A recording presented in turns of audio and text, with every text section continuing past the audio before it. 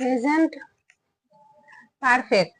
Perfect কথার অর্থ হলো আমরা বলি যে পারফেক্টলি কাজটি সম্পূর্ণ হয়েছে, পারফেক্ট ভাবে কাজটি সম্পূর্ণ হয়েছে, এরকম আমরা বলি। তাই প্রেজেন্ট পারফেক্ট টেন্সটি হলো যে কাজটি রিসেন্টলি সুন্দরভাবে সম্পন্ন হয়েছে। যেরকম আমি স্কুলে গিয়েছি, আমি কাজটি করেছি, বা সে স্কুলে গিয়েছে, মানে কাজটি সম্পূর্ণ হয়ে গিয়েছে। পারফেক্ট ভাবে কাজটি রিসেন্টলি সম্পন্ন হয়েছে, রিসেন্টলি সম্পন্ন যে কাজটি সেটাকে বলা হয় প্রেজেন্ট পারফেক্ট টেন্সের অন্তর্গত।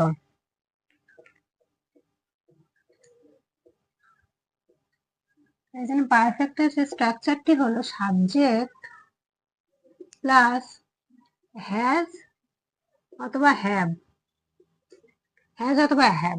দেখো আমরা ছোটবেলায় শিখেছি যে করে গিয়েছে, খেয়েছে, করেছে, আছি, আছো, এরকম থাকলে সেটা পারফেক্ট টেন্স, মানে কাজটি সম্পূর্ণ হয়ে গিয়েছে, সম্পূর্ণ হয়ে গিয়েছে, কাজটি রিসেন্টলি কমপ্লিট হয়ে গিয়েছে।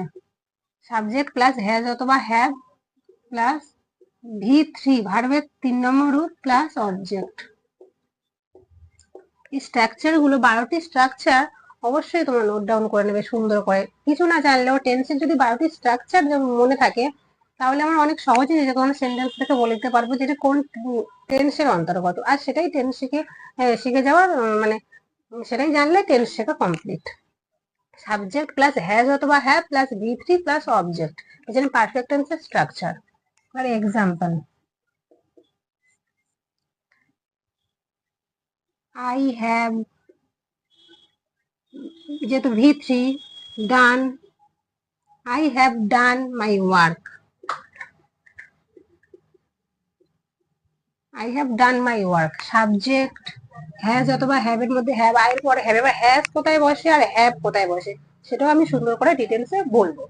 ডান V3, ডু ডিড ডান ভার্বের 3 নম্বর ফর্ম, V3 মানে ভার্বের 3 নম্বর ফর্ম, V1 মানে ভার্বের 1 নম্বর ফর্ম, আর ওয়ার্ক এর অবজেক্ট, মাই ওয়ার্ক অবজেক্ট। হি, হি এর পরে কিন্তু হ্যাজ, হি হ্যাজ গান,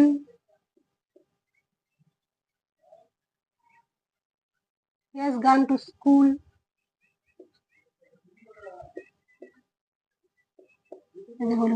যদি এরকম বলি যে সে স্কুলে গিয়েছে, ভি সাবজেক্ট, এখানে V3 object.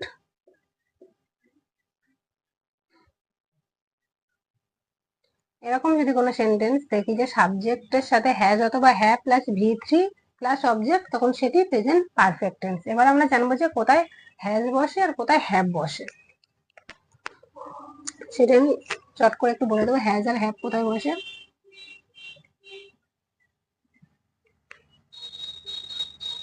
I, you, we,